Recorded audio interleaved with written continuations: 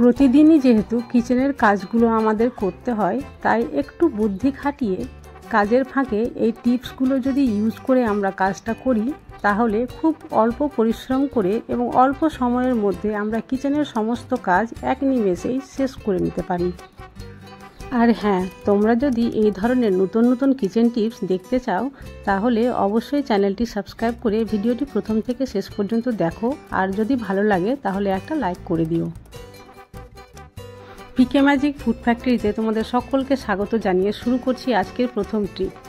এখানে দেখতেই পাচ্ছ একটা ফুল ঝাড়ু রয়েছে। এই ধরনের ঝাড়ু আমরা বাজার থেকে কিনে নিয়ে এসে যখন ঝাঁটা দিই, কিছুদিন পরে কিন্তু এই ঝাড়ুর গোড়া থেকে খিলগুলো সব ভেঙে যায়। কিন্তু আজকের ট্রিকটা যদি তোমরা ফলো করো, তাহলে এই অসুবিধাটা আর তোমাদের সঙ্গে হবে না।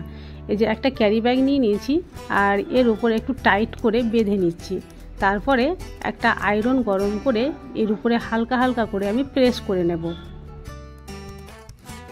আয়রনটা খুব বেশি গরম করতে হবে না, বেশি গরম করলে আবার প্লাস্টিকটা গলে যাবে। একটু মিডিয়াম গরম করতে হবে, আর এর উপরে চেপে চেপে হালকা করে প্রেস করে নিতে হবে।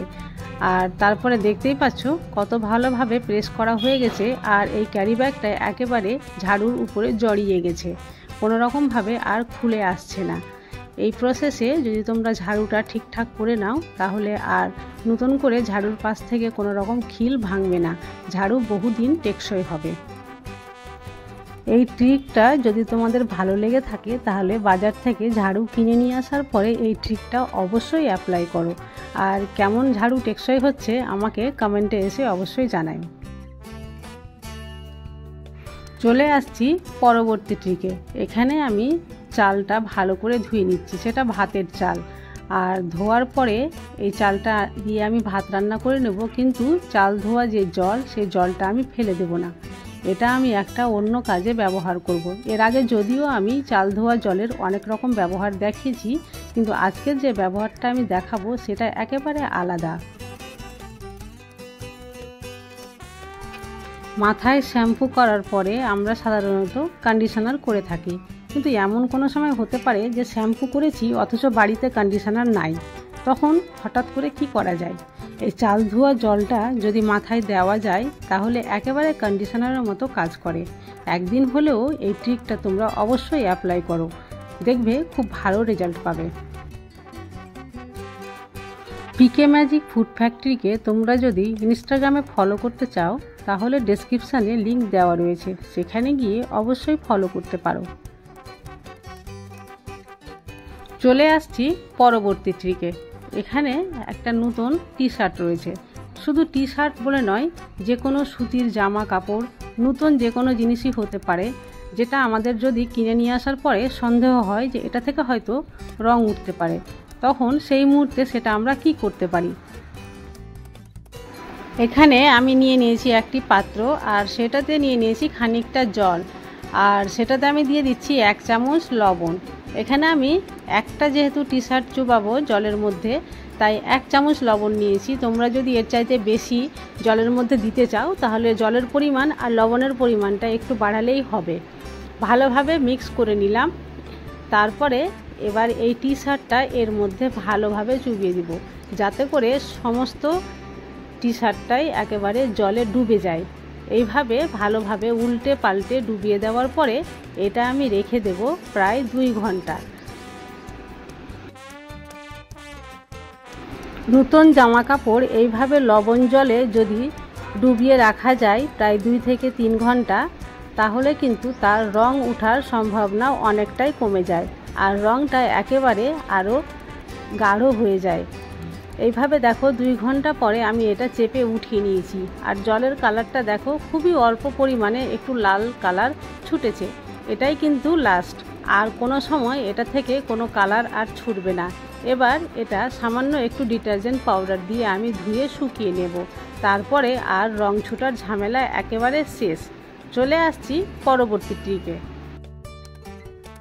এখানে চাবি দেখতে পাচ্ছ, এটা বাড়ির চাবি। অনেক সময় হয় যে আমরা বাড়িতে হঠাৎ করে তালা মেরে 10 মিনিট বা আধ ঘন্টা বা 1 ঘন্টার জন্য কোথাও চলে যায়, আর বাড়ির কোনো ছোট বাচ্চা থাকলে এই চাবিটা ওকে দিয়ে দিই, এটা তুই নিয়ে থাক, আমরা 1 ঘন্টা বা আধ ঘন্টা পরে ফিরে আসবো, চাবিটা তারপরে দিস।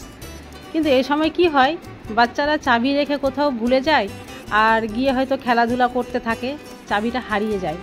তবে আজকের ট্রিকটা যদি তোমরা দেখো তাহলে এটা কিন্তু আর হবে না।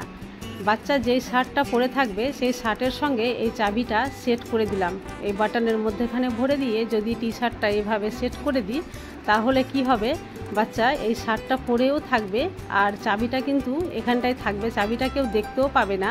সে যতই খেলাধুলা করুক না কেন চাবিটা কোথাও হারিয়েও যাবে না।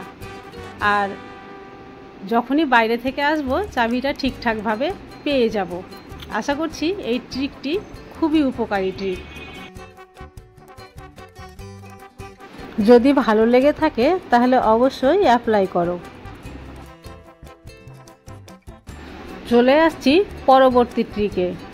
ভাত প্রতিদিনই রান্না করতে হয়, কিন্তু কোনো দিন যদি তোমার সঙ্গে ঘটে যে ভাত রান্না করতে গিয়ে ভাত একেবারে নরম হয়ে গেছে আর ভাতের ফ্যানটা শুকিয়ে গেছে, তখন কি করণীয়? অতটা ভাত তো আর নষ্ট করা যায় না।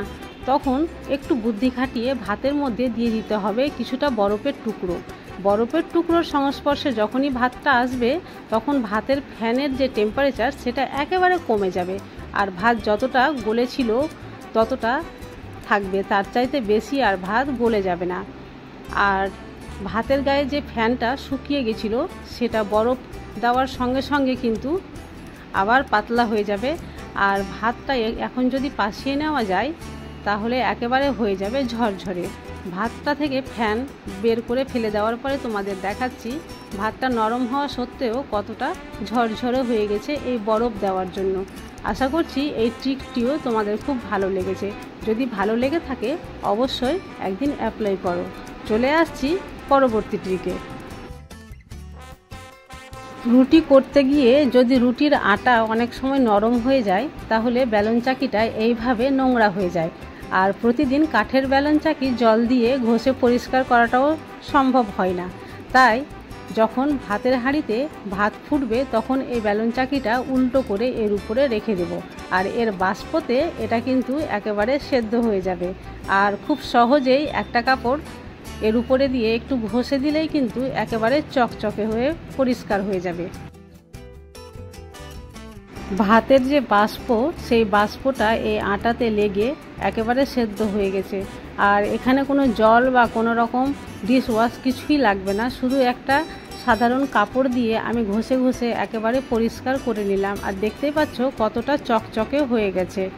আশা করছি এই ট্রিকটিও তোমাদের খুব ভালো লেগেছে। যদি ভালো লাগে অবশ্যই অ্যাপ্লাই করো। আজ তাহলে এই পর্যন্তই, কাল আবার দেখা হবে অন্য কোনো ভিডিওতে। ততক্ষণ পর্যন্ত তোমরা সবাই ভালো থাকো।